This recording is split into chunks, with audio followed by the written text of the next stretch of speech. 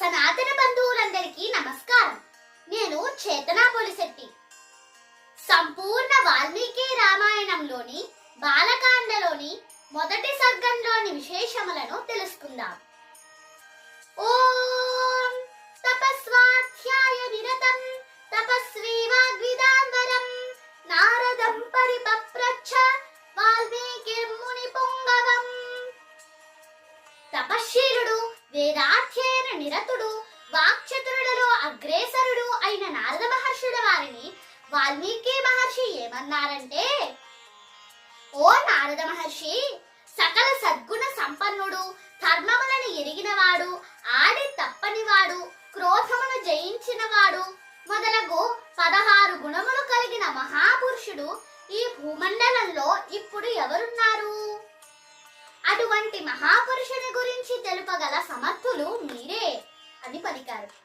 అప్పుడు నారద మహర్షుల వారు, ఓ వాల్మీకి, నీవు పలికిన అన్ని గుణములు ఒక్కరిలోనే ఉండటం సాధారణంగా దుర్లభం. అయినా స్మృతికి తెచ్చుకుని అతి ఉత్తమ పురుషుని గురించి చెప్తాను, వినుము. మహర్షి, ఇక్ష్వాకు వంశము మిక్కిలి వాసిగాంచింది. లోకోత్తర పురుషుడైన శ్రీరాముడు ఆ వంశంలో జన్మించి జగత్ప్రసిద్ధుడయ్యాడు. శ్రీరాముడు ధర్మాత్ముడు, ధైర్యవంతుడు, సకల సద్గుణ సంపన్నుడు, ధర్మములను ఎరిగినవాడు, ఆజానుబాహుడు, మితముగా మాట్లాడువాడు, సత్యములో ధర్మదేవత వంటివాడు, సహనంలో భూదేవి వంటివాడు. శ్రీరాముడు సోదరులలో పెద్దవాడు, దశరథ మహారాజు గారికి ప్రియ పుత్రుడు. శ్రీరాముల వారిని పట్టాభిషిక్తుల్ని చేయటానికి దశరథుల వారు మంత్రుల విజ్ఞప్తి మేరకు పట్టాభిషిక్తుల్ని చేయటానికి సిద్ధపడతారు. ఈ విషయం కైకేయి మాతకు, అంటే దశరథుల వారి 3వ భార్య అయిన కైకేయి మాతకు మందర ద్వారా తెలుస్తుంది.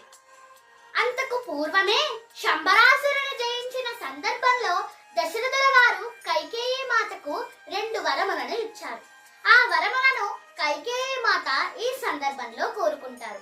అవేమిటంటే, మొదటిది శ్రీరాముణ్ణి వనవాసమునకు పంపటం, రెండవది భరతుణ్ణి పట్టాభిషేకం చేయడం.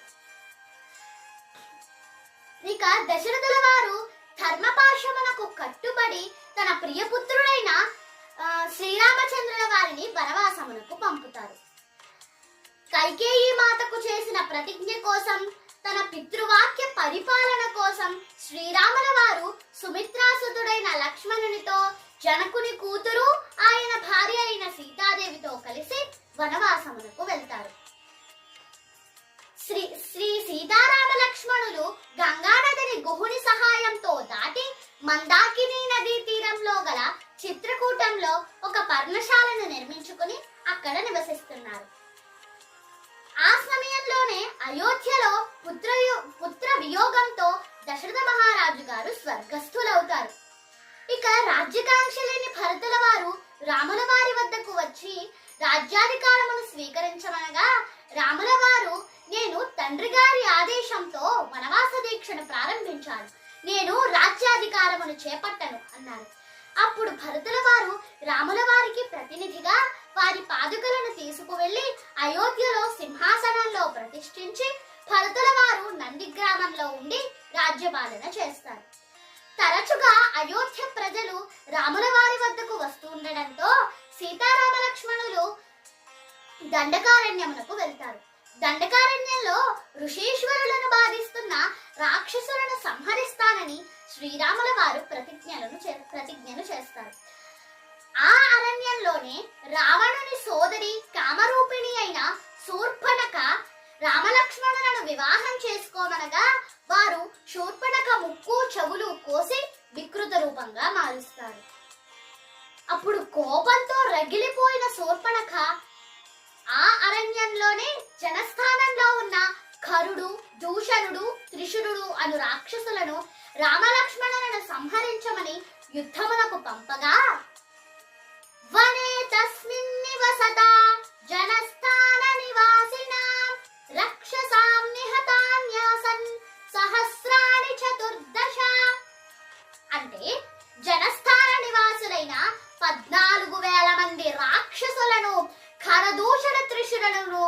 శ్రీరామచంద్రుల వారు ఒక్కరే సంహరిస్తారు.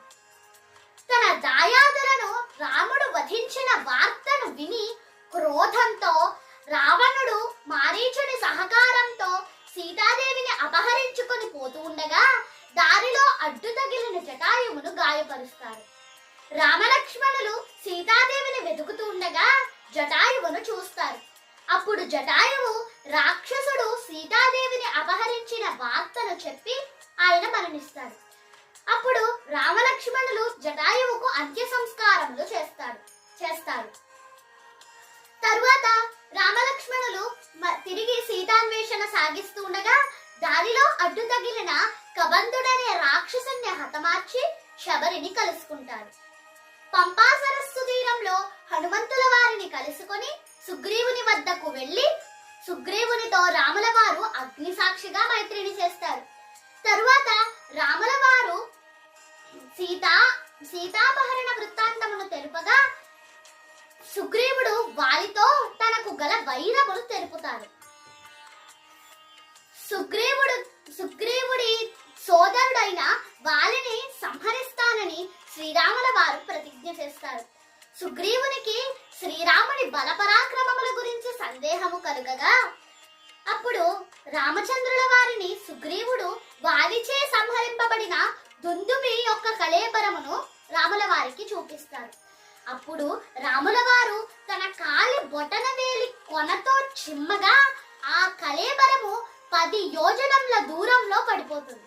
తరువాత రాముల వారు ఒక్క బాణము ప్రయోగించగా ఆ బాణము రివ్వున సాగి 7 మద్ది చెట్లను, ఒక పర్వతమును, రసాతలమును భేదించి తిరిగి రాముల వారి తూనీరంలో చేరుతుంది.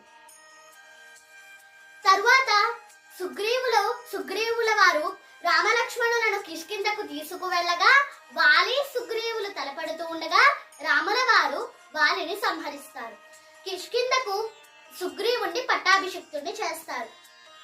తరువాత సుగ్రీవుడు సీతాన్వేషణ కోసం వానరులను 4 దిక్కులకు పంపగా దక్షిణ దిశకు వెళ్లిన హనుమంతుల వారు సంపాతి సూచనతో 100 యోజనములు గల లవణ సముద్రమును ఒక్క గంతులో దాటి లంకారాజ్యమునకు వెళ్లి లంకారాజ్యంలో సీతాదేవిని అన్వేషిస్తూ ఉండగా సీతాదేవిని అశోకవనమున దర్శించి సీతాదేవికి రామసుగ్రీవుల మైత్రిని రాముల వారు ఇచ్చిన ఉంగరమును ఆనవాలుగా ఇస్తారు.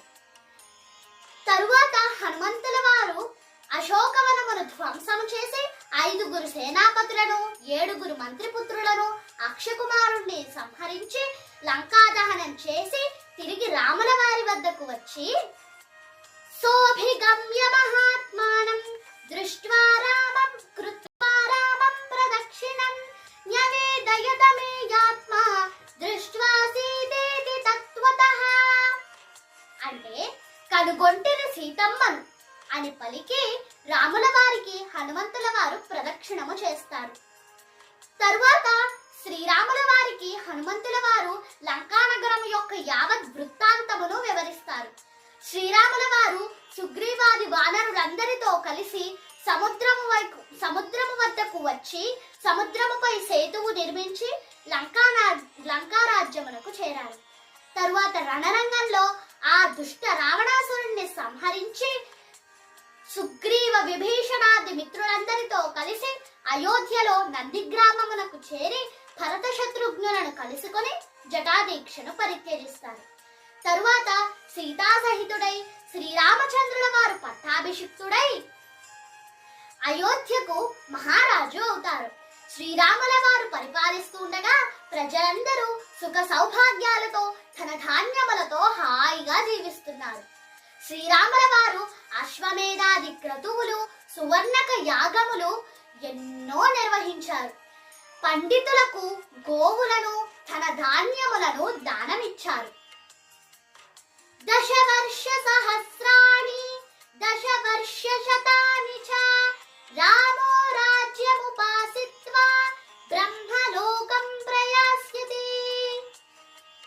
రామచంద్రుల వారు 11,000 సంవత్సరములు ప్రజానురంజకంగా పరిపాలన చేసి తరువాత తిరిగి వైకుంఠము చేరారు. ఈ శ్రీమద్ రామాయణము పఠించిన వారికి ఆయుష్యాభివృద్ధి, పుత్ర పౌత్రులకు క్షేమలాభములు కలుగుతాయి.